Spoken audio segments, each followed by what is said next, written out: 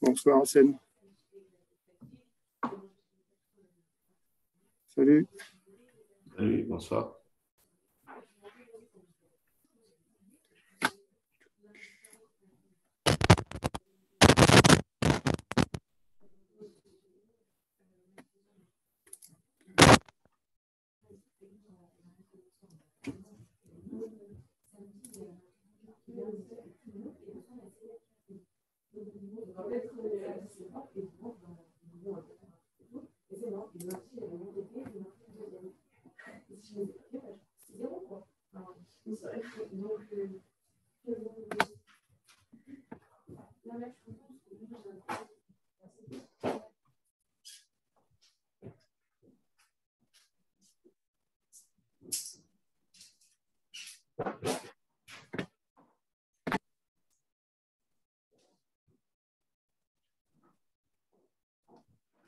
Hassan, j'ai commencé à partager mon écran.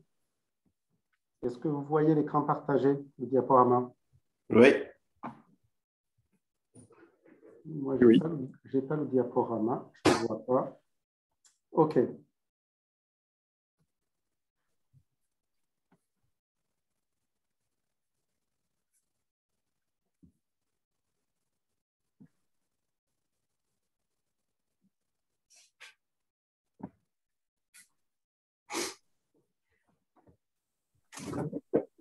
Bonjour Daniel, je ne t'avais pas vu arriver. Salut Fabien.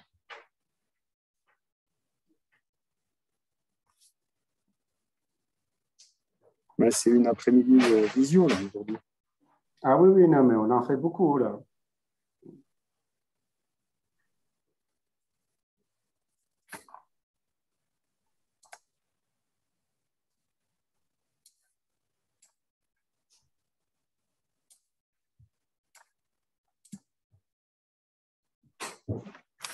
Allez, on va commencer dans une minute.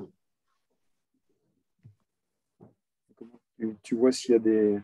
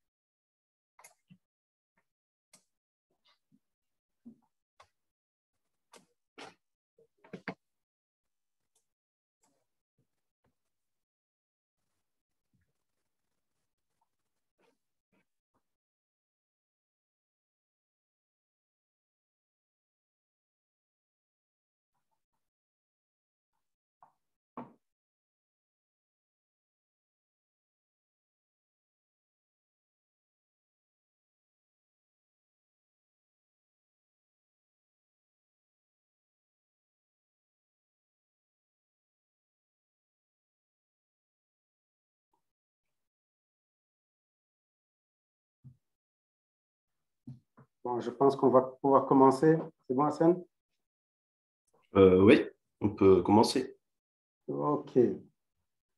Bon, bonjour à tous d'être venus à cette webconférence du génie électrique. Donc, bienvenue à l'IUT1 de Grenoble. Je suis Fabien Daguijimana, chef de département génie électrique à l'IUT1 à Grenoble. Je suis enseignant en électronique et je suis accompagné ce soir par beaucoup de collègues qui vont se présenter chacun à son tour et dire ce qu'ils font au département, et ça permettra par la suite que lorsque j'aborderai un certain nombre de questions, je pourrai faire référence à eux et ils répondront avec moi à l'ensemble de vos questions. Donc, je laisse les collègues se présenter. Donc, je vois dans l'ordre, c'est peut-être Hassan. Oui, donc moi c'est Hassan Fourati, donc je suis enseignant au département génie électrique et j'interviens en première année et deuxième année en maths principalement, en électronique numérique, en réseau. Et voilà, c'est principalement ça, c'est les trois matières sur lesquelles j'interviens. Et puis, je suis responsable de la partie communication, hein, au sein du département. Voilà.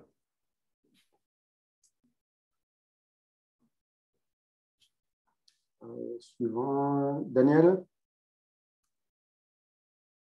D'accord, alors je mets mon micro. Bonjour, donc Daniel Hilaire, hein. Moi aussi je suis enseignant au département génie électrique, alors plus dans le domaine de l'énergie et de l'automatisme et des projets, et en charge de l'alternance, puisqu'il y a pas mal de formations en alternance pour ce qui est actuellement la licence professionnelle, une troisième année. Voilà, bienvenue. Manuel Pistonneau. Bonjour, donc moi c'est Emmanuel Pistonneau, je suis enseignant aussi au département, principalement en électronique, analogique, et puis des domaines spécifiques de l'électronique, donc les radiofréquences, la microélectronique, voilà, donc ça c'est des spécialités qu'on voit plutôt en deuxième et en troisième année. Et puis je m'occupe d'une licence professionnelle dans le domaine de la microélectronique. Alors licence professionnelle pour vous, ça s'appellera normalement plus comme ça, en tout cas pour la plupart d'entre vous, si vous venez en but. Ça sera la troisième année de but. Voilà. Merci d'être présent. Bienvenue. Je vois Pierre. Bonsoir, Pierre Cana. Donc, moi, je suis enseignant également au département génie électrique. J'enseigne principalement de l'électricité et avec Daniel, on s'occupe à la mise en place de l'alternance sur les buts de génie électrique. Très bien. Bertrand. Bonsoir, Bertrand Raison. Donc, comme petit camarade, aussi enseignant au département, et je suis plus spécifiquement chargé des admissions en première année, quelquefois aussi en deuxième année de BUT, génie électrique et informatique industrielle. Je rajoute que Bertrand a été chef de département génie électrique jusqu'à l'année dernière et a fait ça depuis 6 ans. Et 6 mois. Et donc, connaît bien tout ce dont on va parler. Et surtout, il est aussi responsable des admissions, donc pour répondre à vos questions par rapport au profil d'admission à l'IUT1 de Grenoble, un département génétique en particulier. Je vérifie qui c'est d'autres que j'ai vu comme collègue. Alexia, tout à l'heure. Oui, bonsoir à tous. Alexia Gouin. Donc, moi, j'interviens essentiellement sur l'informatique et de l'informatique industrielle. Et à l'IUT, je suis responsable du groupe des étudiants titulaires d'un bac pro dans le département. Voilà. Ernesto. Bonjour à tous, aussi enseignant dans le domaine de l'électronique numérique, dans le département de génie électrique et informatique industrielle. Donc, on est présent ici si vous avez des questions. Est-ce qu'il y a quelqu'un, un collègue que j'ai oublié, que je n'ai pas vu dans la liste? OK, pour l'instant, j'en vois pas. Voilà, donc je vais vous présenter rapidement le département génie électrique, mais principalement à travers les différents métiers couvre la formation dans ce département. Je parlais aussi bien sûr du BUT qui est en train de remplacer le DUT.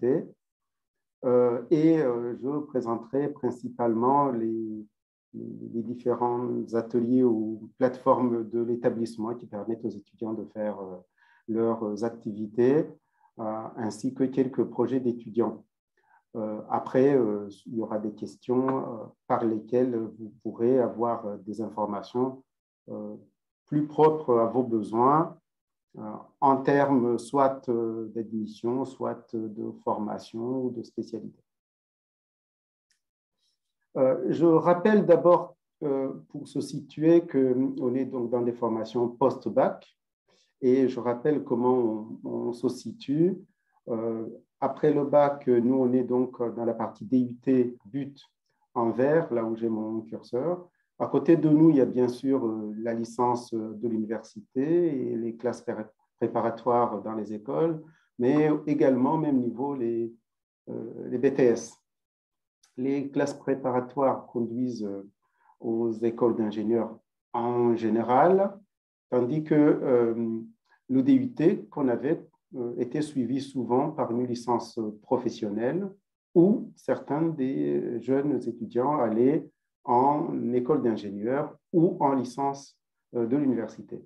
Ceux qui vont en licence continuent en master, plus tard en doctorat. Vous voyez, à côté, j'indique les niveaux de bac correspondants et les différentes passerelles permettent d'aller d'une formation, d'un cursus de formation à d'autres cursus de formation. Ce qui a changé, c'est justement le fait que le DUT n'est plus suivi uniquement par une licence professionnelle, mais cet ensemble va être plus ou moins remplacé par le DUT qui va correspondre à un enseignement sur 3 ans dès l'entrée à l'université, donc à l'IUT 1 de Grenoble et dans la plupart d'autres IUT d'ailleurs. Et donc, ça veut dire qu'il y a la possibilité de continuer après la 2e année qui correspondait d'habitude au DUT, la possibilité de continuer tout de suite en 3e année donc de DUT, et c'est après que les personnes qui vont finir le DUT vont pouvoir continuer éventuellement en master ou en école d'ingé en fonction de leur désir de poursuite d'études ou surtout, qui a été l'origine de la réforme du BUT, la poursuite d'activités professionnelles en entreprise.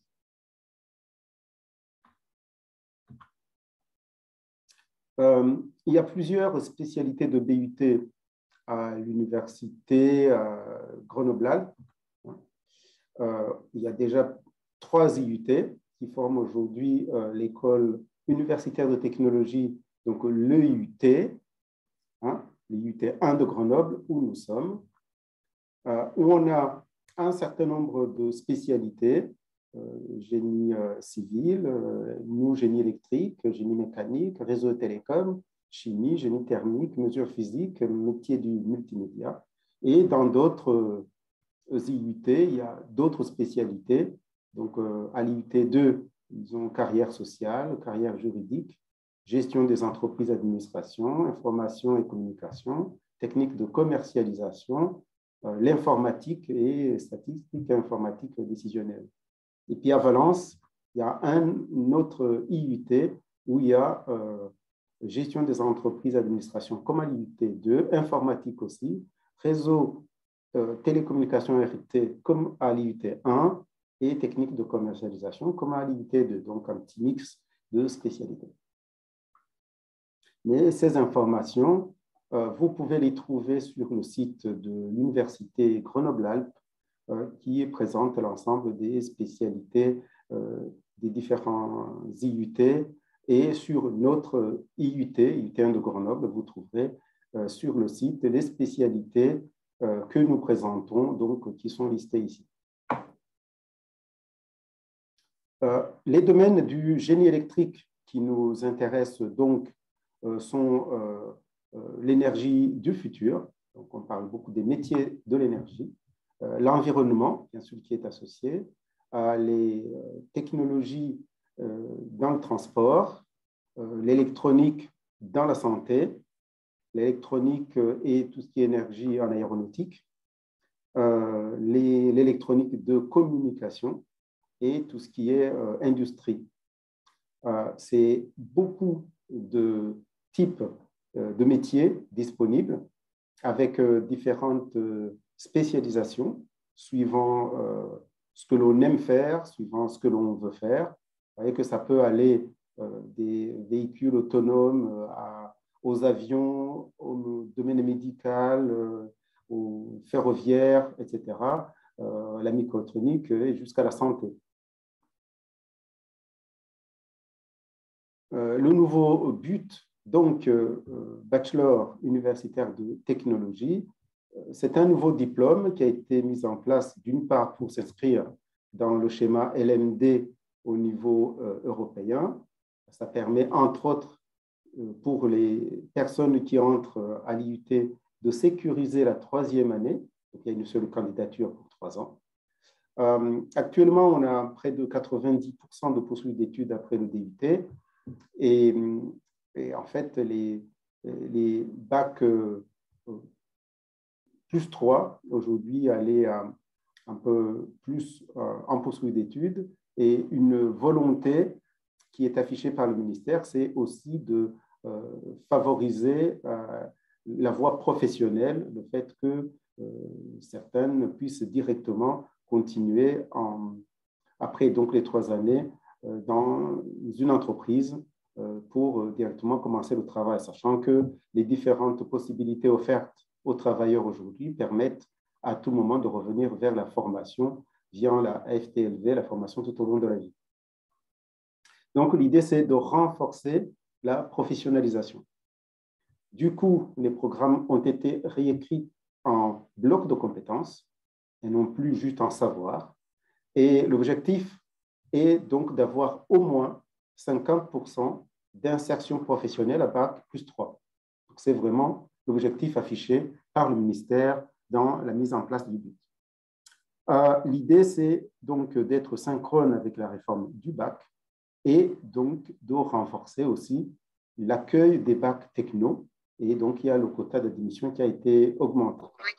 Bien sûr, on accueille toujours les bacs généraux qui peuvent venir nombreux et les deux ont toute leur place au département génie électrique, donc dans le BUT. J'ai vu Hassan qui a levé la main. Non. Au département génie électrique et informatique industrielle, on va être organisé donc en 3 parcours de formation du BUT en 3 ans, dans lesquels on fait un contrôle continu. La première année, ça va être une formation initiale pour tout le monde, avec une spécialité qui est chez nous, qui correspond à l'UNEPS, qui permet l'accueil spécifique des bacs pro et qui rejoignent les autres étudiants à partir de la 2e année jusqu'à maintenant DUT. Donc, ça va être la même chose dans le cadre du BUT.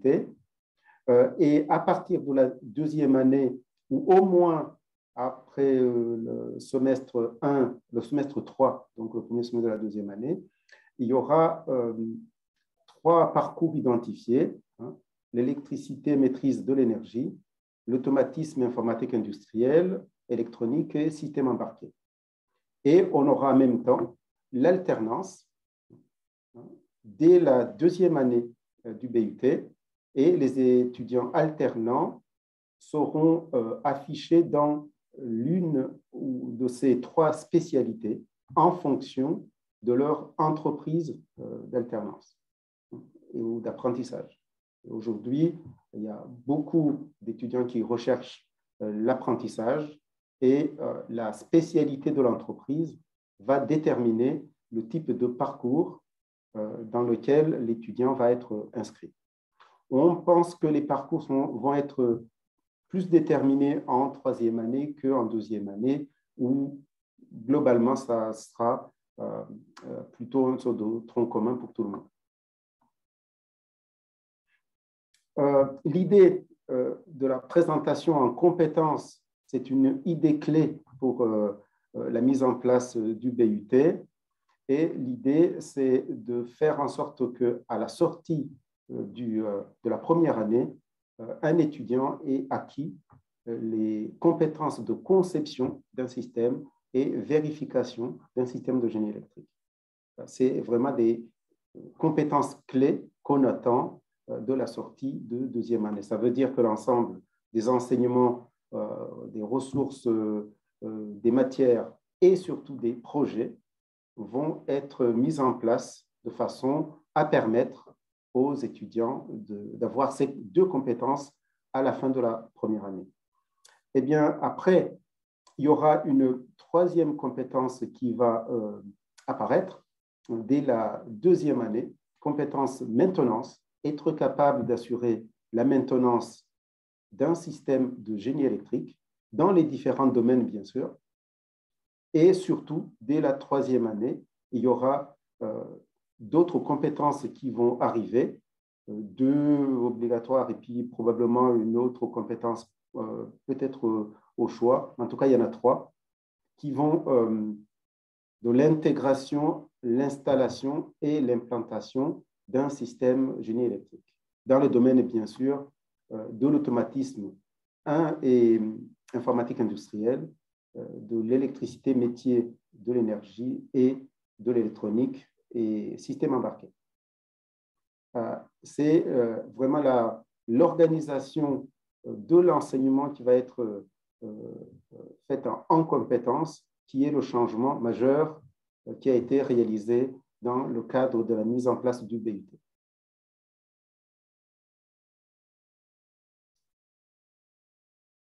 Alors, du coup, je vais parler des métiers types qu'on a après ces différentes compétences.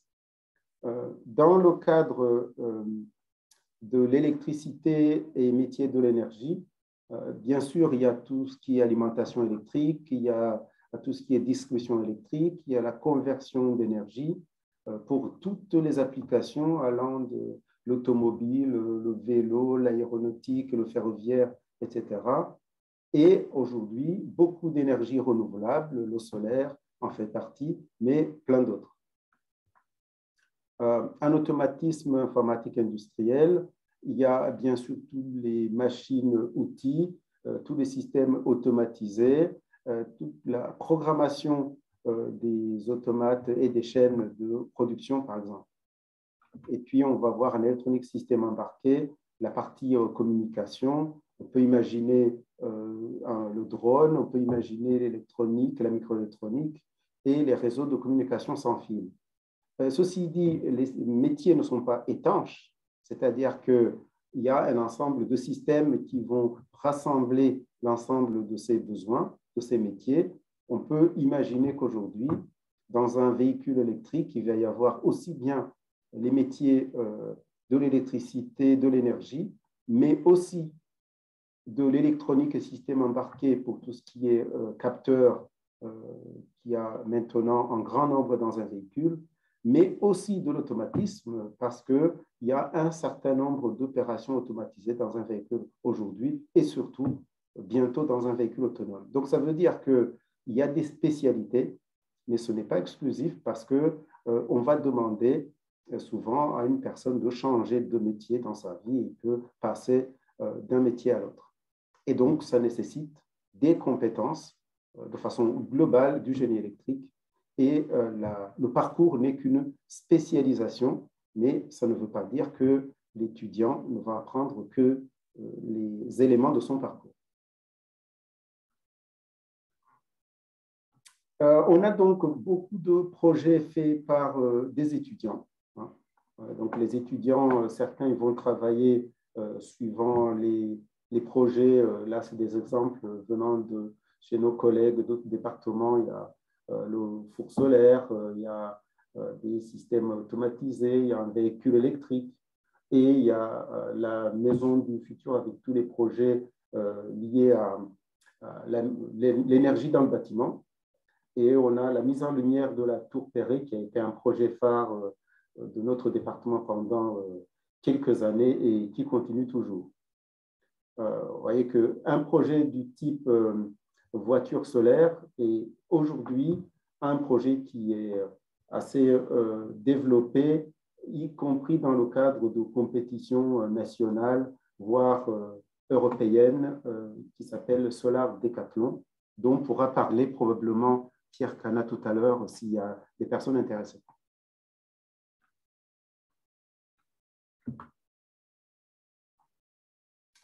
Pierre, tu voulais dire deux mots? Oui, on peut, tout à fait. Donc là, du coup, Sur les plateformes, en fait, effectivement, on travaille sur beaucoup de projets, jusqu'à des projets quasiment européens. Donc, avec Daniel Hiller, là, qui est aussi présent, on travaille sur un projet de maison solaire qui ressemble un petit peu à la plateforme que vous allez voir juste après sur le slide d'après, qui s'appelle la maison Terra, et qui est devenue finalement un laboratoire d'études sur lequel en fait nos étudiants peuvent aller sur place, installer leur armoire électrique et faire une partie supervision en fait de ce bâtiment. Donc c'est des bâtiments qu'on a développés par exemple avec l'école d'architecture de Grenoble et sur lesquels nous notre travail était de développer la partie électricité, photovoltaïque et automatisme du bâtiment.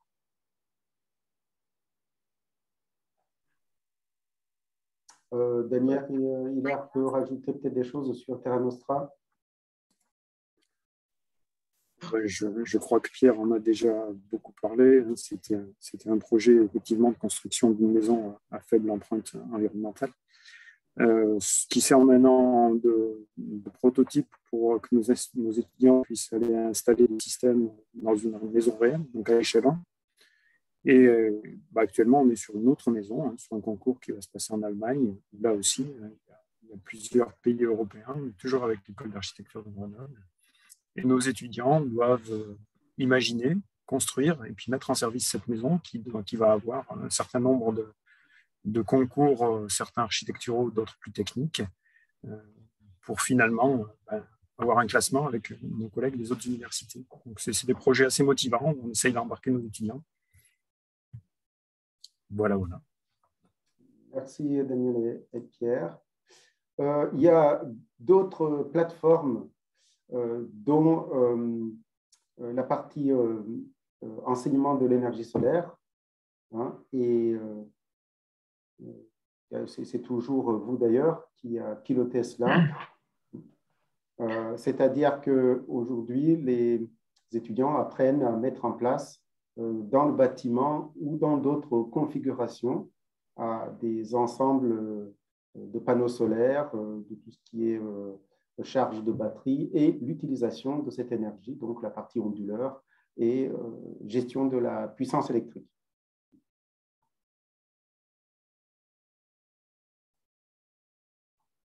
Un exemple ici, c'est en partenariat, par exemple, avec Schneider Electric, la mise en place d'un conteneur contenant des panneaux solaires qui se déploient de façon assez rapide, qui est installé sur le campus pour mettre en place une formation microgrid solaire, soit pour des lieux en Afrique où il n'y a pas d'énergie du tout, donc pas d'électricité, soit des endroits où il y a de l'électricité mais instable, ou soit simplement pour réduire le coût énergétique en fonction des différents endroits. Et là, par exemple, c'est un projet qui se fait en partenariat avec une école et un ensemble d'écoles qui sont en Tanzanie.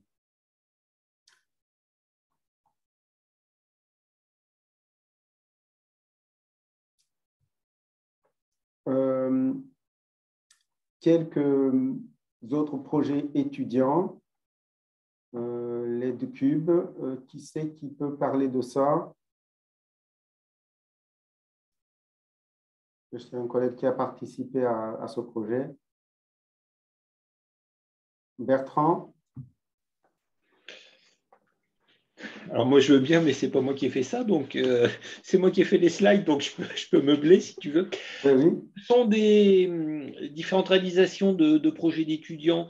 Donc vous voyez en bas à droite un projet qui a consisté à faire un cube de diode électroluminescente et donc de réaliser le dispositif, mais aussi de le piloter pour faire ensuite des animations en 3 dimensions des dispositifs.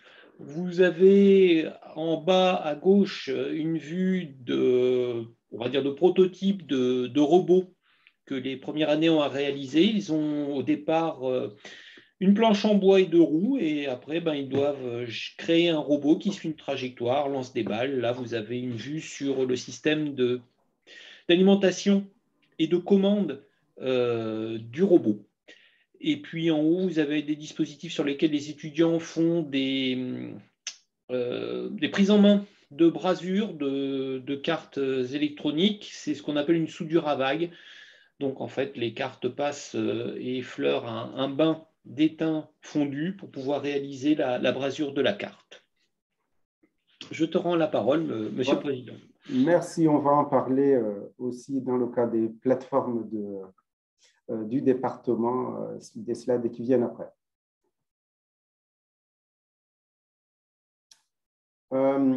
Il y a eu également un projet réalisé par les étudiants dans le cadre de l'appel à projet CESUG, qui consistait à travailler sur un nanosatellite.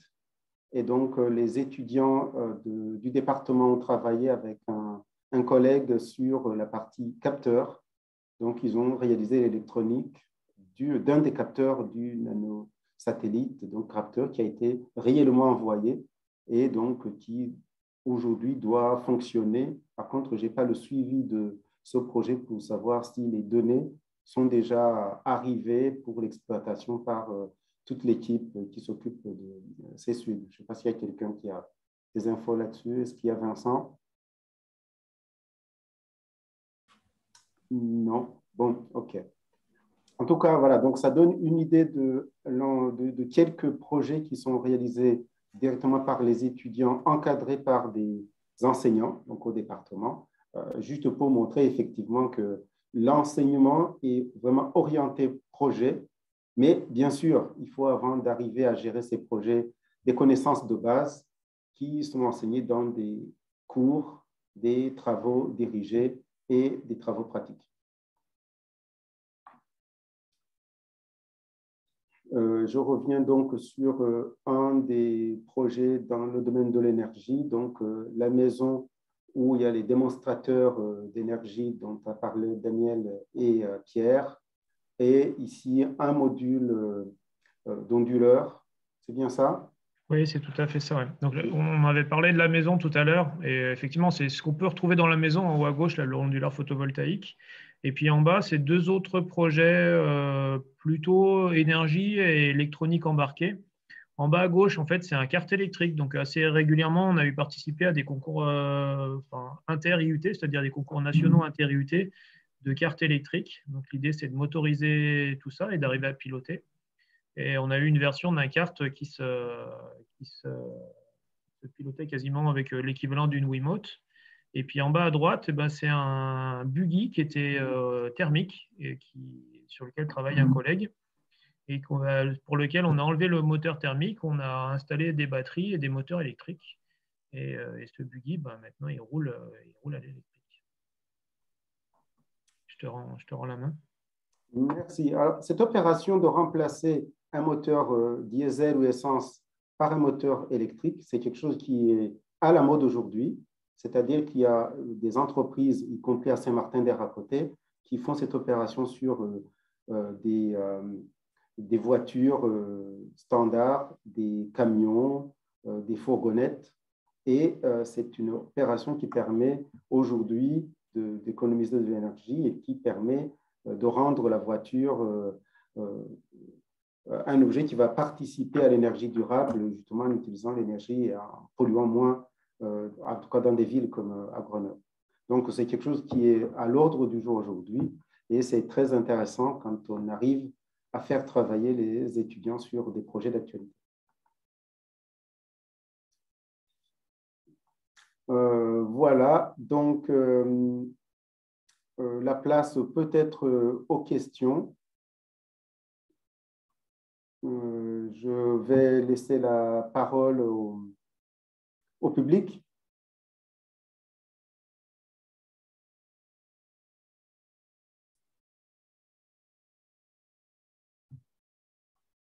S'il y a des questions, discussions sur ce que l'on a présenté.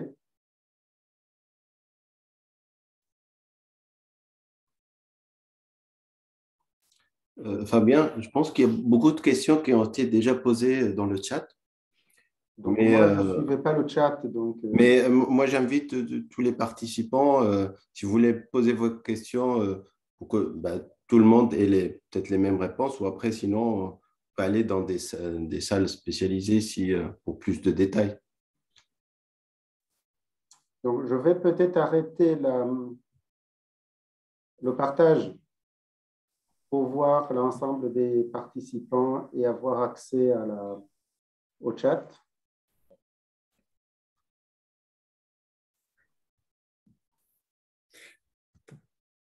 Peut-être qu'on pourrait parler quand même des types d'enseignements qui sont faits ou du type de formation. Tiens, je vais vous poser une question, Monsieur Fabien Dagijimana, peut-être. Qu'est-ce qu'il y a comme type d'enseignement et est-ce que c'est uniquement fait devant des enseignants? Est-ce qu'il y a est-ce que c'est fait devant des ordinateurs, devant... Je sais pas, bon, c'est une question. C'est peut-être pas intéressant comme question. Mais tu ne peux pas attendre que ce soit le public qui pose des questions. Oui, pardon, j'ai rien dit.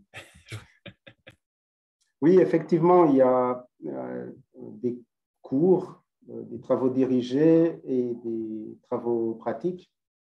Il y a des travaux dirigés qui vont se faire juste dans une salle pour que les étudiants apprennent les principes d'un certain nombre de concepts, de méthodes et des outils.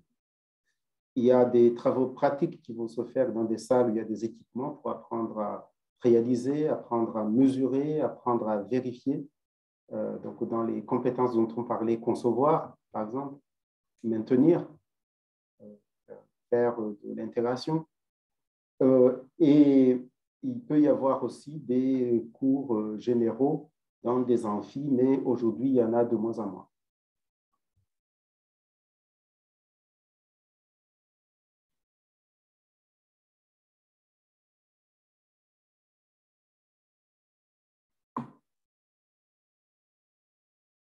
Donc, je vois une question. Alors, je vais dérouler les questions, par exemple, qui ont été envoyées. Je vois Léon, à tout le monde qui a posé la question, pour devenir un ingénieur, une classe préparatoire est-elle obligatoire?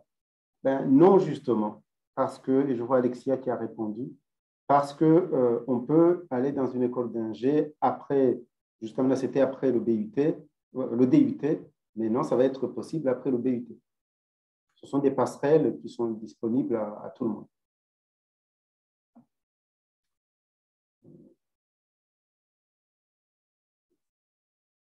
Jusqu'à maintenant, pour donner un peu plus de détails, c'est que les élèves qui veulent aller en école d'ingénieur, on leur propose des modules qu'on appelle de poursuite d'études ou des modules passerelles qui leur permettent de renforcer leurs connaissances dans des domaines où les écoles d'ingénieurs ont beaucoup de besoins, en particulier donc tout ce qui est mathématiques, physique, tout ce qui est théorique, qui vont être pour eux quelque chose d'indispensable justement pour les écoles d'ingénieurs.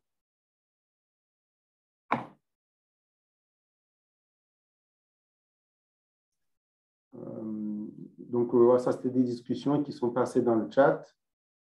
Fabien, il y a une question qui était plutôt, est-ce qu'on peut rejoindre l'école d'ingénieur après un but 2 ou un but 3? Ah. Mais je pense que ça, c'est encore... Ça, c'est une question qui n'est pas tranchée et qui dépend principalement des écoles d'ingénieurs, pas de nous.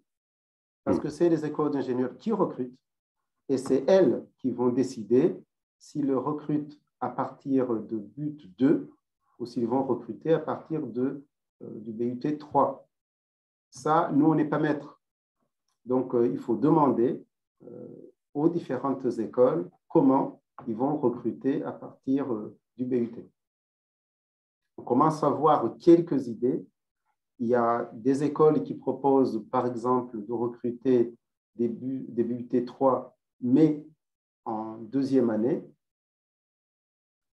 Et il y a d'autres écoles qui accepteront peut-être de prendre des buts 2, donc qui veulent partir le plus rapidement comme nous le faisaient les DUT, à une année que je ne sais pas, mais peut-être en première année. Ça dépendra vraiment des écoles.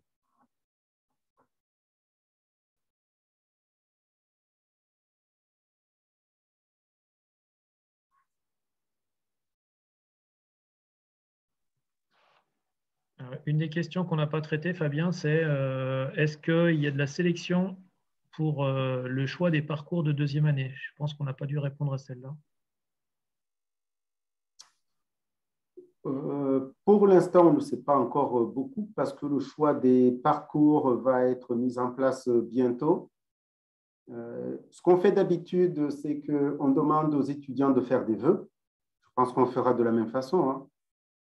Et en fonction des vœux des étudiants, on prend d'abord les premiers vœux pour les différents parcours, puis les seconds vœux, puis etc. Il peut y avoir besoin à certains moments de regarder quelles ont été les notes peut-être dans certaines matières, et je pense que les étudiants choisissent aussi en fonction de leur ressenti dans les matières concernées par le parcours.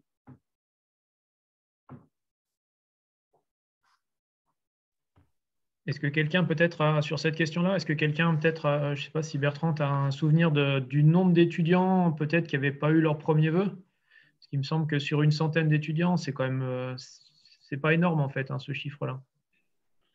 Non, ça, si c'est, allez, 6, 8 étudiants qui n'ont pas forcément leur premier vœu, généralement, le découpage se fait quand même assez naturellement. Donc, il n'y a jamais eu trop de soucis.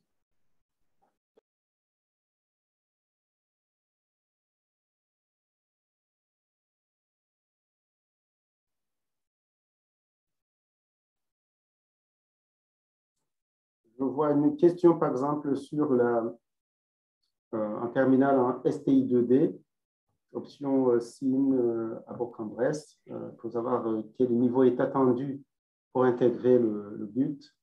Il y a Alexia qui a répondu, je ne sais pas si à cette question-là.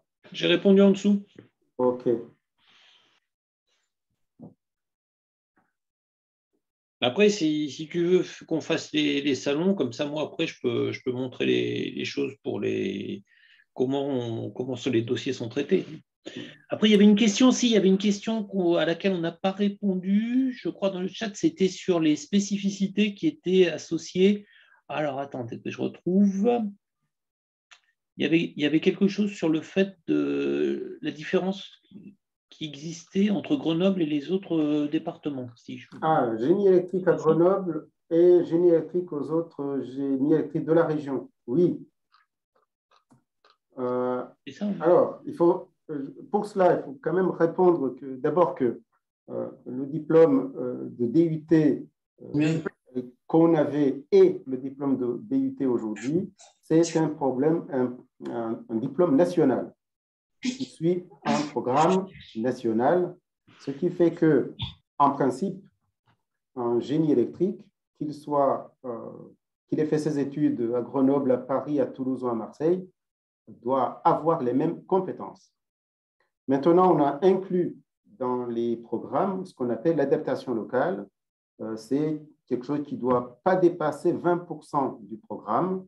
Hein, donc les collègues vont me corriger si je dis des bêtises.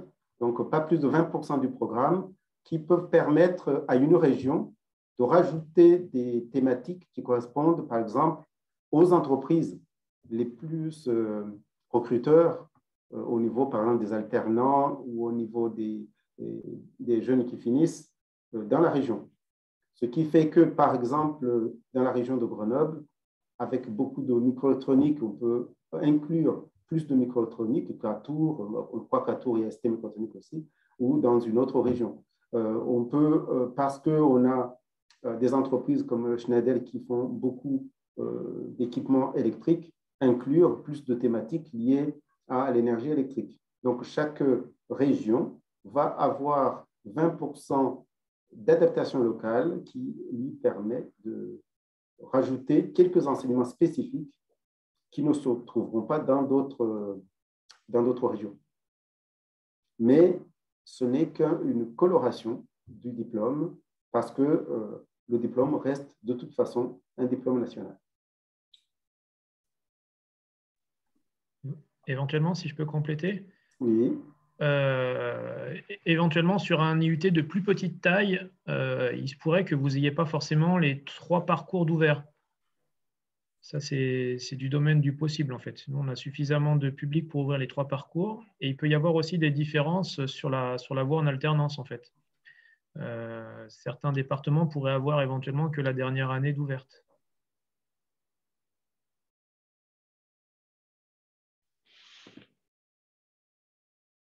On peut aussi préciser que de toute façon, la candidature en première année de BUT au département est associée aux 3 parcours. C'est-à-dire que le choix des parcours ne se fait pas en première année, mais à l'issue de la première année. Donc, les enseignements et les illustrations à travers les séquences d'apprentissage et d'évaluation, les TP et les TD vont être suffisamment exhaustifs pour pouvoir donner une illustration de chacun des parcours et aussi pouvoir se projeter pour savoir si la deuxième année peut être intéressante et la troisième année à être faite en alternance.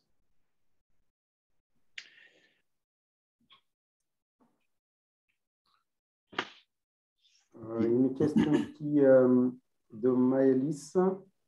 Combien de demandes y a-t-il et combien sont prises? Je suppose que c'est par rapport aux passerelles pour aller à la fac.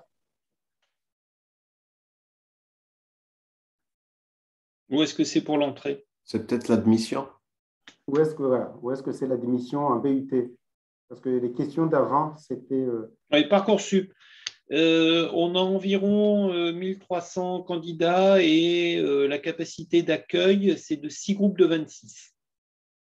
Sachant que on n'a pas ce qu'on appelle un taux de pression qui est des plus importants, ce qui veut dire que si vous recevez une proposition d'admission, même en étant en liste d'attente, ça veut dire que de toute façon, vu les places qui se libèrent, vous serez accepté. Alors, il se peut que ce soit tout de suite ou qu'il faille attendre 3 semaines ou 4 semaines, mais bon, généralement, début juillet, on va dire que l'affaire est pliée. Alors, je continue puisqu'il y a l'option maths experte. Oui, on prend en compte dans les calculs l'option maths experte quand elle existe. Puisque suivant le choix des enseignements de spécialité et le choix des combinaisons d'enseignement, maths experte n'est pas normalement suivi par tout le monde, mais comme j'ai répondu dans le chat précédemment, on fabrique une note d'admission qui combine les enseignements de spécialité maths, SI, NSI et physique-chimie et toute combinaison qui les contient.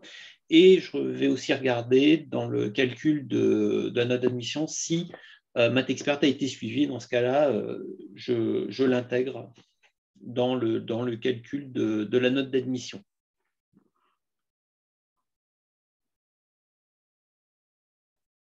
Bertrand, est-ce qu'il y aura toujours les entretiens? Oui. Oui. Alors, les entretiens sont, donc, comme j'ai mentionné sur le message de Parcoursup, il y a des entretiens pour les candidatures qui sont en reprise d'études ou pour celles qui ont un choix de cursus ou d'orientation qui n'est pas complètement dans la continuité d'une poursuite d'études en BUT génie électrique. Donc, si quelqu'un, par exemple, était faire une année de langue étrangère appliquée, on fera un petit entretien pour savoir pourquoi la personne candidate ensuite en génie électrique. Bon. C'est à la fois, ça revêt plus de l'entretien de motivation et aussi de compréhension un petit peu des choix d'orientation. Je vois une question de Jules. Quel est le pourcentage d'étudiants poursuivis d'études après le BUT? Pour l'instant, on ne sait pas encore, puisqu'on n'a qu'une première année de BUT. L'année prochaine, ce sera la deuxième année de BUT. Donc, on n'a pas encore l'idée précise sur combien voudront poursuivre les études après le BUT 3. Donc, on verra dans 3 ans, 2 ans.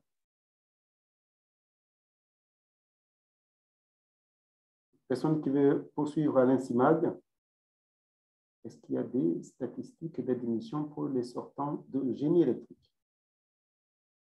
Alors là, moi, je sais que beaucoup de génie électrique vont plutôt à Felma, ENST Cube, les CISA à la Valence, Polytech, mais je n'en connais pas qui soient allés à l'INSIMAC. Est-ce que des collègues connaissent? Parce que l'INSIMAC, oui. c'est quand même beaucoup l'informatique. Oui, je crois. Alors que chez nous, on fait beaucoup d'informatique industrielle. Il y en a eu peut-être, mais... Monsieur Elabouti, peut-être, et je crois que c'était un de nos étudiants. Sur le format, pas complètement sur la filière qui est purement mathématique ou mathématiques statistiques ou informatique et mathématiques ou informatique noyau temps réel, des choses comme ça. C'est à la rigueur plus sur l'option informatique et télécommunications où il peut y avoir une poursuite. Donc, mais quelqu'un ça adresse un nombre de candidats qui est faible sur une poursuite à l'ENSIMAG. Il y a quelqu'un qui demande à quel niveau en matière scientifique on recrute pour une terminale générale. Je pense que pour une terminale générale, les barèmes, peut-être tu peux donner un avis, Bertrand.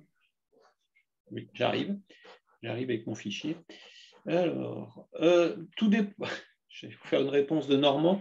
Tout dépend des combinaisons de spécialités, en fait. Donc, sur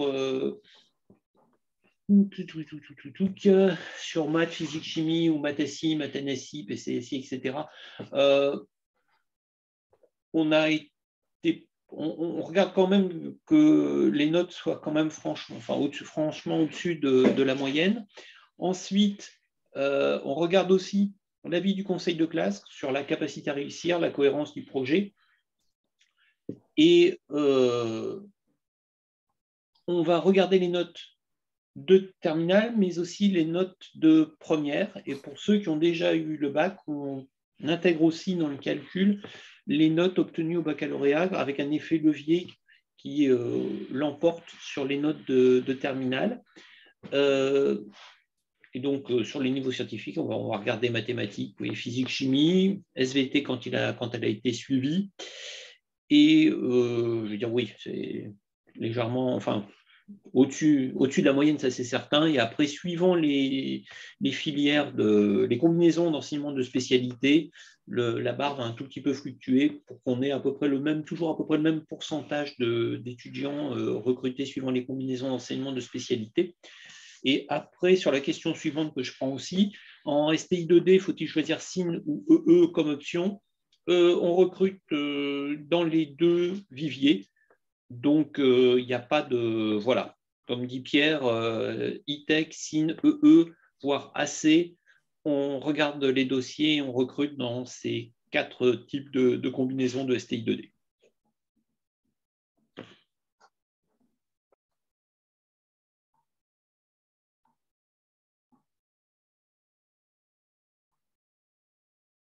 Est-ce qu'il y a d'autres questions?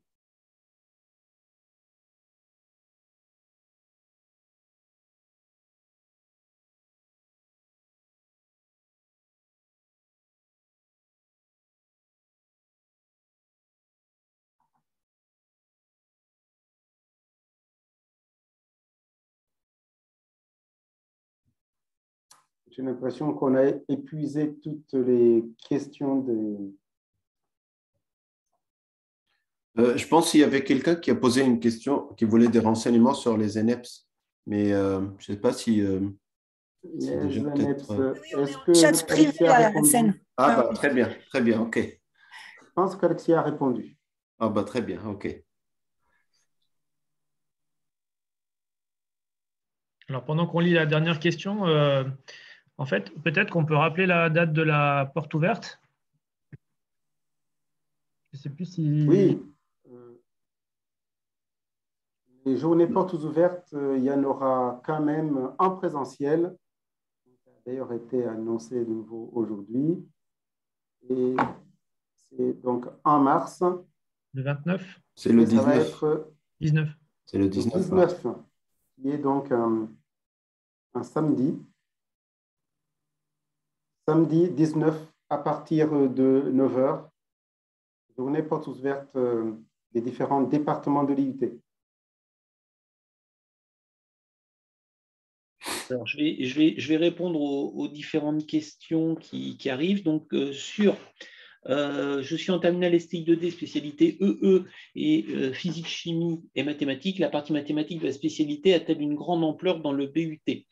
Alors, pour tout d'abord la note d'admission sur l'enseignement de l'STI 2D, donc on fabrique une note d'admission qui utilise l'enseignement de spécialité maths, physique et l'enseignement de spécialité au choix avec des poids à peu près équivalents.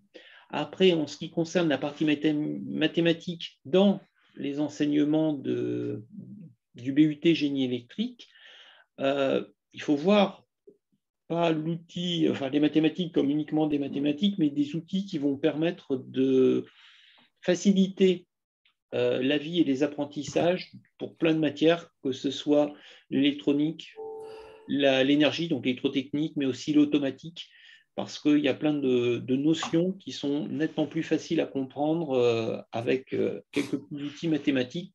De toute façon, on a bien intégré la réforme du bac dans la progression des différents enseignements pour pouvoir le faire,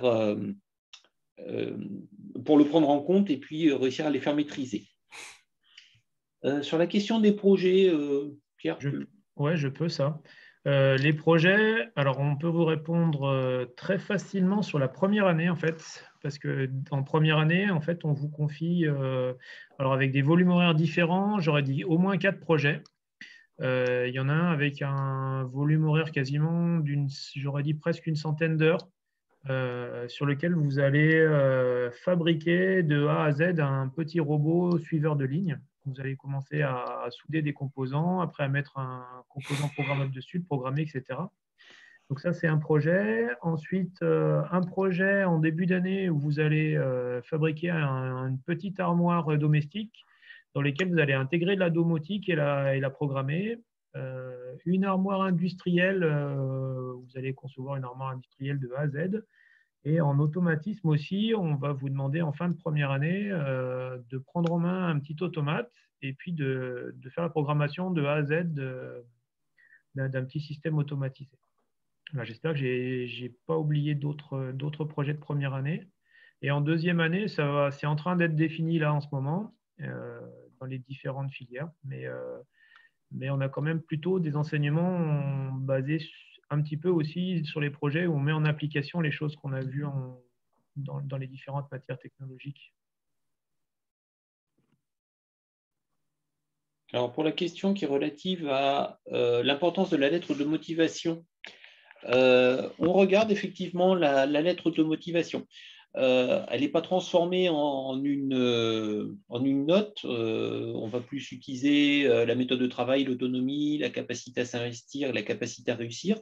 Il n'empêche cependant que quand on examine des dossiers pour lesquels on se pose des questions, on va aller regarder spécifiquement la lettre de motivation pour voir si on y retrouve les mots-clés qui nous permettent de voir qu'il y a une appétence pour le génie électrique et l'informatique industrielle en retrouvant des mots-clés ou on va dire, des présentations d'expériences qui ont un lien avec le génie électrique. Vous aimez faire de la soudure de composants, vous avez fabriqué un robot, ou vous aimez démonter la perceuse électrique pour savoir comment ça marche, plein de choses comme ça.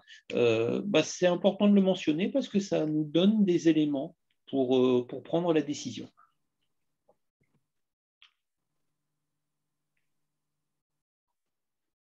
Continue pour les stages aussi, donc à faire.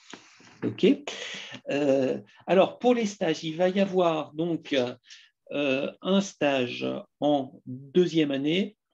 Donc, pour ceux qui font la filière en formation initiale, c'est-à-dire en formation étudiant, il y aura donc jusqu'à 26 semaines de stage qui sont décomposées en une un premier stage en deuxième année et de 8 à 10 semaines, je crois, quelque chose comme ça, et un deuxième stage beaucoup plus long qui sera à l'issue de la troisième année de BUT. Donc, il démarrerait, on va dire, mi-février jusqu'à fin juin. Le deuxième stage, lui, étant plus court, il serait plutôt au niveau de mi-avril jusqu'à fin juin ou début mai, fin juin.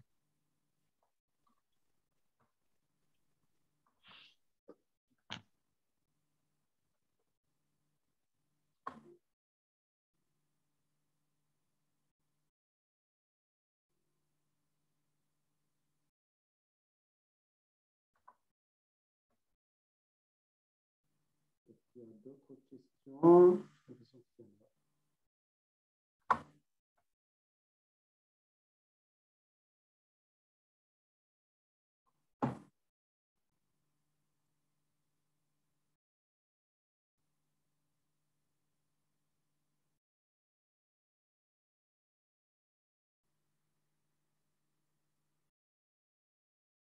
On peut rajouter quand même par rapport au stage que le stage, c'est une part importante de la formation. Il y avait au niveau du DUT, ça va être reproduit plus ou moins de la même façon au BUT, parce que c'est la partie pratique et c'est la partie qui montre une insertion dans un monde professionnel où l'étudiant apprend presque autant de choses, on espère, que dans les matières théoriques, où l'étudiant met en œuvre tout ce qu'il est censé avoir appris dans les matières à l'IUT. Donc, c'est quelque chose d'important. C'est pour ça qu'il y en a beaucoup. Ah, il y avait une question apprentissage. Est-ce qu'on accompagne les étudiants pour trouver une entreprise s'ils veulent faire un stage, donc la deuxième et la troisième année, en alternance? Oui, alors oui, je crois qu'on peut dire oui. Qu'est-ce que j'allais dire? Dans un premier temps, en cours de communication, en fait, vous allez avoir des cours pour apprendre à faire un CV, une lettre de motivation. Donc ça, c'est les outils de base pour pouvoir postuler. Et puis après, on organise, il y a plusieurs formats, mais on va dire que de manière générale, 75% des contrats d'apprentissage qui sont trouvés, ce sont plutôt des réponses d'étudiants qui ont candidaté à des offres qu'on leur a fait passer. Ou alors des entreprises, là c'est un peu plus à la mode ces derniers temps, des entreprises viennent à l'IUT. Donc là notamment, il y a 2 semaines, l'entreprise Soitec par exemple est venue à l'IUT pour proposer 5 postes en apprentissage. Donc les jeunes qui voulaient faire de l'apprentissage, on les a réunis dans une salle, ils ont écouté les différentes propositions de cette entreprise. Et puis après, ils postulent ou ils ne postulent pas. Mais voilà, on a plusieurs types d'accompagnement en fait. Ça peut aller de l'entreprise qui vient proposer ses offres à l'IUT. Ça peut être de vous envoyer des offres d'apprentissage et que vous ayez, entre guillemets, qu'à y répondre. Ou éventuellement, pour un petit peu moins de 25% d'entre eux, généralement, c'est des fois, ils veulent une entreprise particulière à côté de chez eux et certains peuvent trouver aussi par eux-mêmes.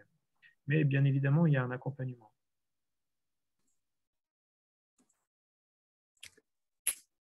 Je peux me permettre, pour quelqu'un qui est vraiment motivé à l'heure actuelle, il n'y a pas de réelle difficulté à trouver un contrat d'apprentissage, puisqu'on est quand même dans des filières qui sont très demandées par les entreprises.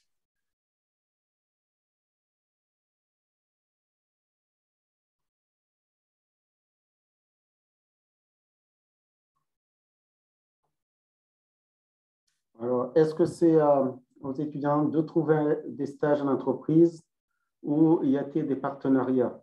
On peut répondre qu'il y a déjà un certain nombre d'entreprises qui sont en partenariat avec le département génie électrique. Il y a des entreprises qui ont déjà pris des stages dans le passé qui souvent en reprennent parce qu'ils ont une bonne impression des étudiants qui sortent de chez nous. Ce qui fait qu'un étudiant il va trouver au secrétariat une liste d'entreprises qui ont déjà pris des stagiaires les années passées et candidatent à ces entreprises-là. On reçoit aussi chaque année des propositions de stage des mêmes entreprises et souvent l'étudiant n'a qu'à faire une réponse à un sujet de stage qui est déjà proposé par des entreprises.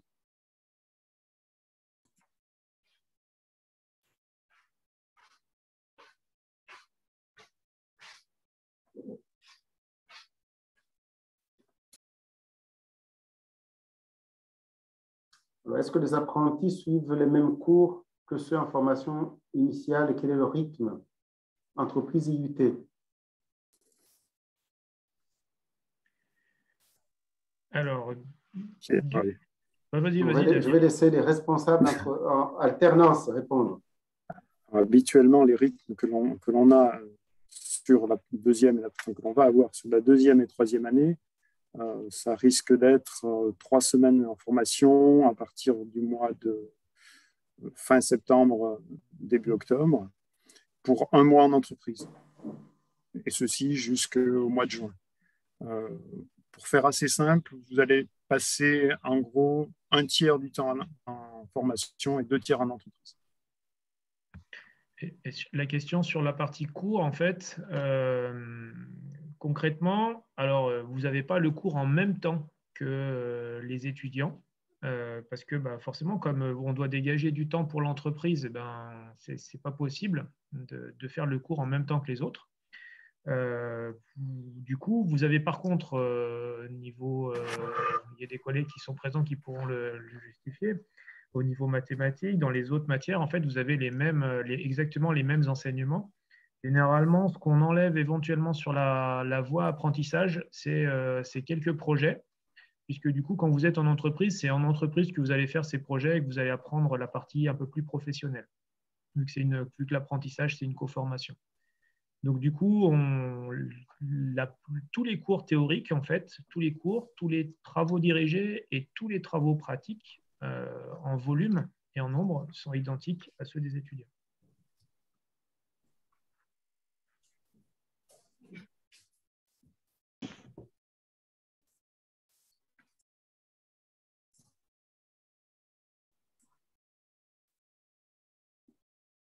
Bonne soirée, Maxime.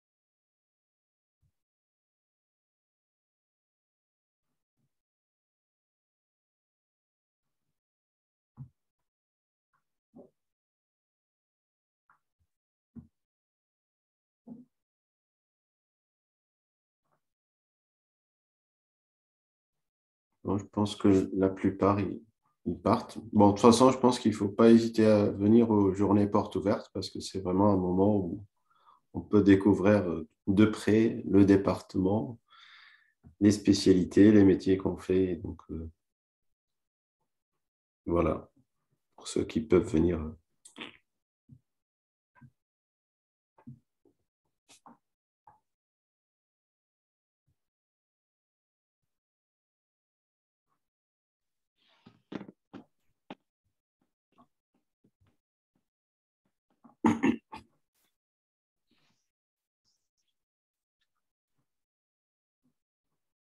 Ah, il y a une question. Y a-t-il des visites d'entreprise? Je sais, on n'organise pas spécialement de visites d'entreprise. Qu'est-ce qu'on peut dire? Non, mais il y a des entreprises qui viennent se présenter, notamment en vue d'embaucher des gens en alternance. Oui, il y a des forums. On a eu organisé il y a quelques années des visites d'entreprise. C'était plutôt un peu avant le Covid. C'est vrai qu'on ne l'a pas repris depuis, mais il y aura aussi le forum entreprise où là, il y a des entreprises qui se déplacent et qui se présentent, qui proposent leurs offres. Après, il y a des visites plus spécifiques qui sont associées à des sites, par exemple la maintenance de la CEMITAG ou des choses comme ça. Après, il y a des enseignements qui sont faits aussi sur des moyens qui sont aussi utilisés avec les entreprises. Je pense par exemple aux salles blanches ou des choses comme ça. Voilà. Oui, c'est vrai que de manière spécifique, pour telle ou telle formation, il peut y avoir quelques heures faites dans tel centre, ou alors, par exemple, chez une entreprise pour voir quelque chose de très spécifique. Mais c'est vrai que ça se fait très peu actuellement. Ça se fait peu. Ouais, ce qu'on peut trouver aussi, c'est éventuellement des intervenants qui font l'inverse, c'est-à-dire que c'est des intervenants extérieurs, des gens d'entreprise qui viennent faire une partie d'enseignement. Et ça peut être aussi riche de ce côté-là pour vous. Oui, on a peut-être oublié de le préciser que dans les formations de BUT, comme ce l'était dans les formations de DUT, on a beaucoup de vacataires industriels, c'est-à-dire des personnes qui travaillent dans les entreprises partenaires et qui viennent faire des cours. Et c'est souvent à l'issue même de ces cours, de ces intervenants, que les étudiants contactent les personnes pour un stage ou éventuellement pour une visite. Bien sûr, ça doit être envisageable.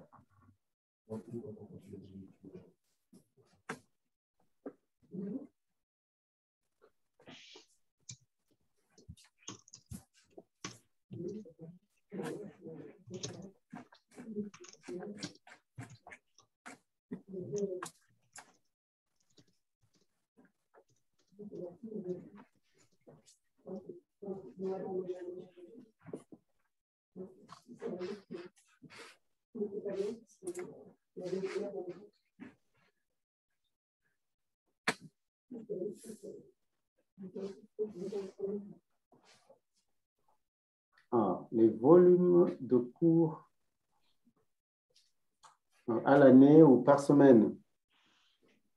Je peux parler plutôt du volume d'occupation dans une semaine.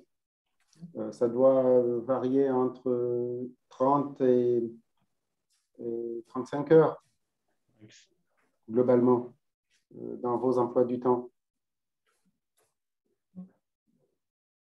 Ouais.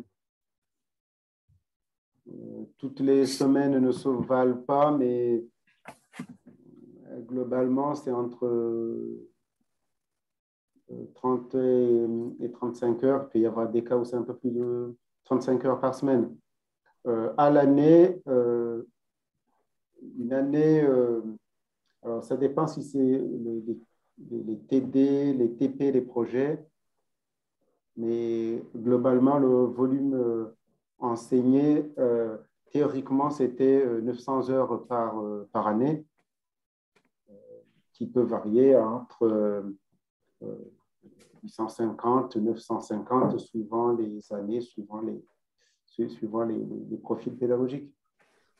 Quand c'est des alternants, le nombre d'heures descend à 500, autour de 500 l'année.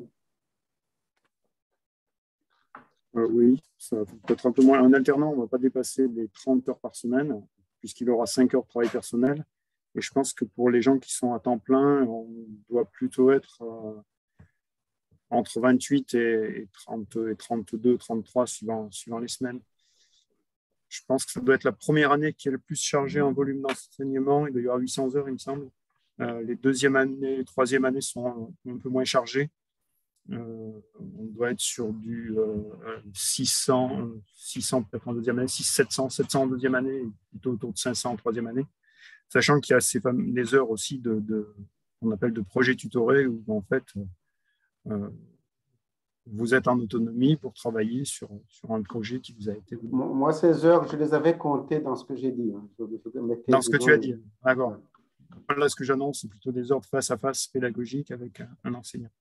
Donc, c'est pour cela que c'est un peu complexe de calculer le nombre d'heures, parce que les séquences pédagogiques changent d'une matière à une autre, du type de projet. Et donc, entre les cours, les TD, les TP et les projets encadrés, les projets non encadrés, il y a quand même pas mal de variations. Après, il y avait une autre question, Fabien, aussi, qui concernait les matières enseignées. Quelles sont les principales matières? Oh là, ça c'est un peu complexe parce que, alors, moi j'orienterais plutôt pour avoir ces matières-là au site du département, donc sur l'IUT, qui a beaucoup plus de détails sur les différentes matières, la maquette pédagogique, parce que énoncer les matières principales, c'est compliqué, dans la mesure où, si par exemple on parle de la première année, il va y avoir forcément de l'électricité, de l'électronique, des mathématiques, de la physique, de l'anglais, voilà, il y a quand même beaucoup de choses et de l'informatique, de la programmation. Donc, c'est difficile de donner les matières principales. Après, quand on va aller dans les parcours, il va y avoir beaucoup plus de spécialisation, dans quel cas on va parler en système embarqué de la programmation, par exemple des microprocesseurs, ou en télécommunication, des antennes ou la propagation des ondes, par exemple. Alors qu'en énergie, on va parler de la conversion d'énergie, du moteur, des microgrids solaires, donc panneaux solaires, comme j'ai montré dans les transparents. Donc, c'est assez compliqué à donner en termes de matière principale. Je pense que c'est plutôt les maquettes pédagogiques qui sont sur le site qui permettent tranquillement de les regarder. Oui, finalement, le monde de l'électricité est très, très vaste. Donc, Ah oui. il y a pour plaire à tout le monde, je pense, de la petite électronique à la télécommunication jusqu'à l'énergie.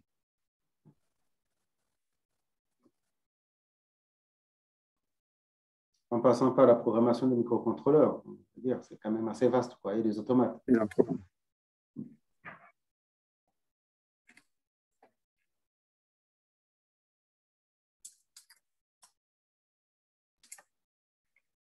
Et en tout cas, c'est visible dans ce que j'ai présenté comme projet des étudiants ou plateforme qu'on utilise. Ça montre la variété de tout ce qui peut être fait comme matière pour justement atteindre les compétences qui sont demandées.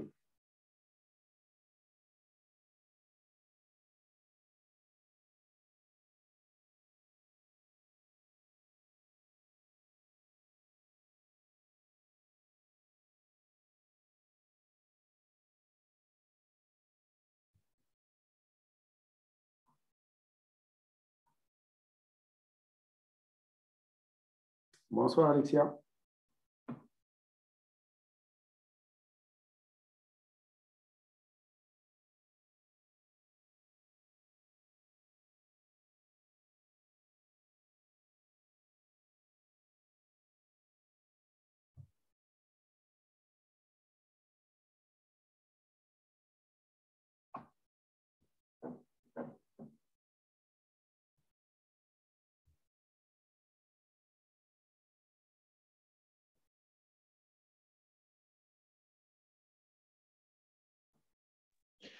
Hassen, est-ce que tu arriveras à récupérer le chat pour avoir la liste des questions pour la SCOL, pour la com? Oui, je peux faire. Enfin, J'ai fait les impressions d'écran du chat. Ok, c'est juste pour savoir après à Sonia qui fait la restitution de la liste des questions. Ouais. Alors, je ne les ai pas copiés en données utilisables, mais j'ai pris des copies d'écran. Est-ce que ça permettait de savoir Est-ce que tu les as copiés tous, toutes les questions? Pratiquement, oui. D'accord. Alors, tu veux que je reformule un petit peu tout ça ou? Je ne sais pas s'il faut les... Ah oui, je t'enverrai, tu verras comment il faut les reformuler, mais on peut effectivement, en regardant la liste, identifier le type de questions qui sont posées en général, et peut-être ça peut donner une idée qu'on les inclut dans réponse aux fréquentes questions à mettre peut-être sur le site, par exemple. Oui. Ça peut être une bonne chose. Comme ça, les personnes, quand elles vont sur le site, elles voient l'ensemble des différentes questions qui ont été posées, parce que finalement, c'est peut-être celles qui reviennent le plus souvent.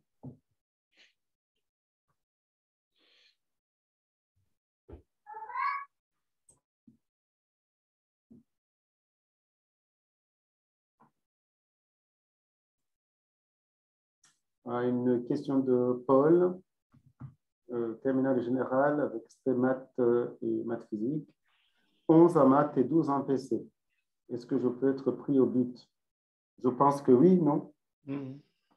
Hein, Bertrand? Oui. Sans problème. Oui, non, il n'y a pas de souci. Après, ce qu'on regarde, c'est s'il n'y a pas de trou Mais avec les, alors attendez, hop, 12, hop, on va vous faire ça tout de suite. Normalement, c'est au-dessus de la barre. Oui, ouais, je pense qu'avec ces notes-là, ça ne devrait pas poser de problème. Non, ça ne pose pas de problème.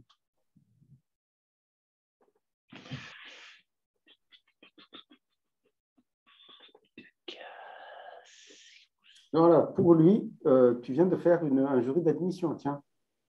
Tu me rajouteras des heures. Hein. Je dis ça tout de suite. Paul C, là, attends. Donc, on a dit terminal maths PC. OK.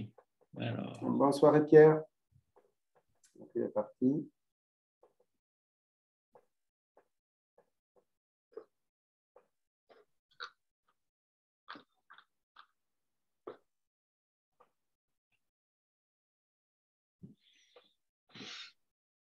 Oui, je vous confirme que c'est bon.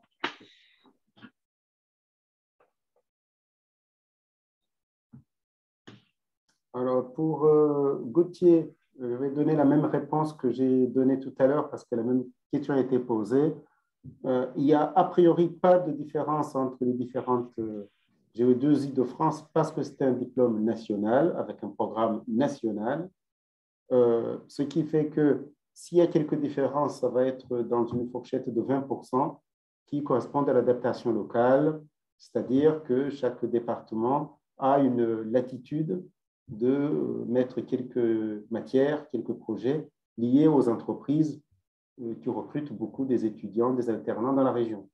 Donc, je donnais l'exemple tout à l'heure des régions comme Grenoble où il y a beaucoup de microélectronique. On met des cours de microélectronique au moins en troisième année pour répondre aux besoins des entreprises qui recrutent. Des endroits où il y a beaucoup d'entreprises d'énergie, comme Schneider chez nous, oui, on va avoir beaucoup de cours liés au métier de l'énergie, par exemple.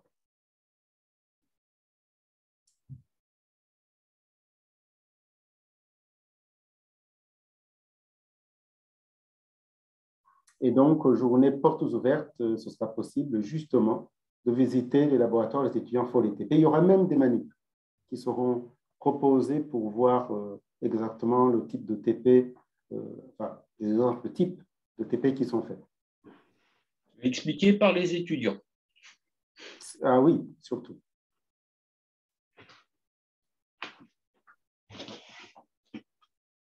D'ailleurs, justement, le service com m'a demandé, Bertrand, de commencer à donner la liste des plateformes et des TP qui seront visités. Il commence à indiquer cela dans les fiches. Donc, je ne sais plus, c'est Jean-Luc Malberti qui m'a dit qu'il organise les JPO. Normalement, c'est à Seine. Oui, enfin, je pense que c'est une organisation de tous parce que même si c'est moi qui organise, j'aurais besoin de tout le monde, enfin ceux qui s'investissent pour définir le circuit, quelle salle. Moi, je pense que je ferai un petit mail pour voir déjà les gens qui sont intéressés dans un premier temps. Exactement, pour savoir qui c'est qui va être dans une salle quelconque qui va présenter des manips. Et puis, il faut que du côté des étudiants, voir ceux qui veulent participer également. Donc ça, il faut que je... Moi, j'aurais tendance à activer le BDE pour ça. D'accord, bon. Donc, je les ai activés, par exemple, pour la journée responsabilité sociétale et environnementale. Ouais. Et donc, pareil, je pense qu'on peut les mobiliser pour les journées portes ouvertes. Oui, d'accord, ok. Enfin, eux, et après, on informe les étudiants et les collègues informent les étudiants dans les classes. Ou les profs de com peuvent aussi proposer des actions spécifiques à ceux qui, enfin, de l'intéressement spécifique à ceux qui participent aux journées portes ouvertes. Tu as une question dans le chat pour la date de présentation. C'est le 19 mars, c'est ça? Oui, c'est le 19. Ah, le 19 mars, oui. 19 mars, journée. Alors, guettez le site parce qu'on ne connaît pas encore complètement les modalités pour participer. Donc, entre inscription à l'avance, parce qu'il y a des jauges limitant le nombre de personnes en simultané dans les bâtiments, ou version on va dire hors Covid, où il n'y avait pas de contrainte sur le nombre de personnes présentes dans les bâtiments, je ne pense pas qu'on ait encore reçu toutes les consignes. Donc, surveillez bien le site internet de l'IUT1 pour voir quelles sont les modalités qui seront appliquées pour cette journée du 19 mars. On espère que d'ici là, l'ensemble des contraintes ou restrictions sanitaires seront levées et que l'on pourra facilement organiser les JPO comme d'habitude. Sinon, on va restreindre le nombre de personnes simultanées dans une salle. Et comme on a une grande surface, c'est quand même faisable.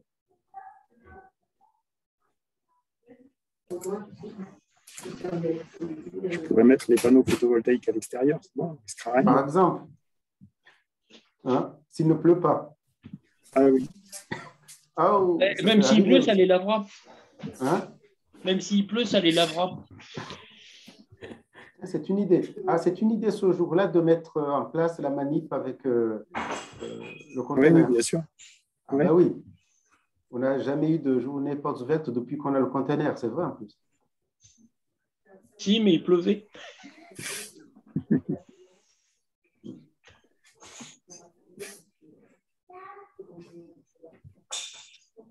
Eh ben, bonne soirée à vous aussi, au revoir. Bonne soirée. Bonne soirée, oui. Bon, là, je pense qu'il ne reste plus beaucoup de monde. Il reste là Lilian et Nathan. Nathan. Est-ce qu'ils ont des questions?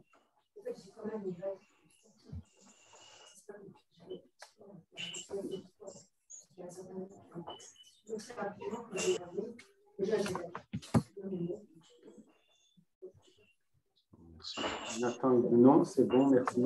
OK. Donc, il nous reste Lilian. Non, c'est bon. Il est parti aussi. Il reste une personne avec nous. Donc, il reste nous. Hein? Est-ce que Bertrand, est-ce que tu as une question? On a tenu jusqu'au bout, on a le droit à une médaille ou pas? Hein? Franchement, on mérite une médaille. Hein? Je crois. Okay. Bon, et une soirée. Si, un truc pour Fabien. Surveille bien la direction parce qu'ils vont à un moment demander ils demandent vachement en avance la liste des étudiants qui veulent se porter volontaires pour la JPO, et on a toujours un mal de chien pour avoir une liste qui est vachement fluctuante. Donc, il faut peut-être qu'à la rentrée, tu prennes ton bâton de pèlerin ou de voir avec les responsables des années ou des groupes pour commencer à battre le rappel, ou au moins poser la question à la direction de savoir quelle est la position de combien on prend d'étudiants pour venir ou pas, parce qu'ils demandent toujours du jour au lendemain, tu n'as pas le temps de dire ouf, et il faut forcément un nombre fermé définitif, parce qu'avant, ils prévoyaient les plateaux repas. OK. D'accord, donc ce truc-là va toujours te tomber sur le coin de la figure au dernier moment en disant on s'excuse, c'est pour du jour au lendemain, donne-nous le nombre et on ne peut pas bouger. Ouais, donc on est obligé de donner le nombre sans savoir s'ils vont venir ou pas. OK. C'est-à-dire qu'après, sinon, tu fais une page et puis tu dis inscrivez-vous, ou tu files ça au BDE. Généralement, le BDE essaye de se faire du fric en vendant des crêpes, mais là, ils n'auront peut-être pas le droit parce que. Parce qu'il y a les plateaux repas. Là, parce qu'il n'y avait pas de repas, mais je ne sais même pas s'ils nous feront les plateaux repas. Hein.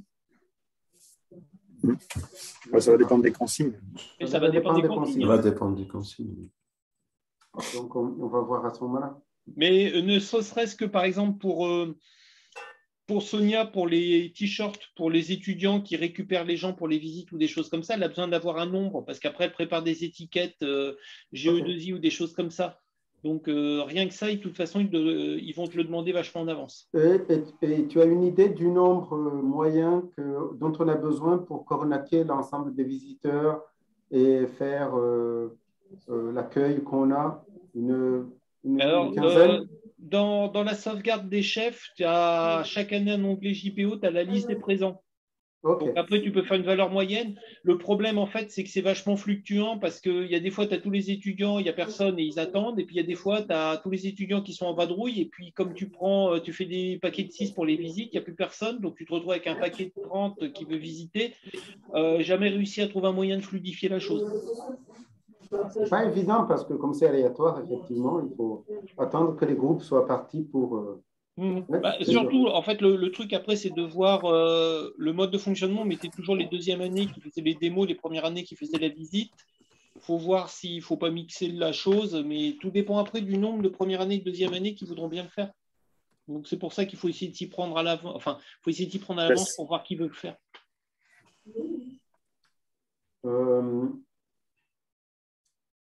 Comment on peut procéder? Écoute, on va...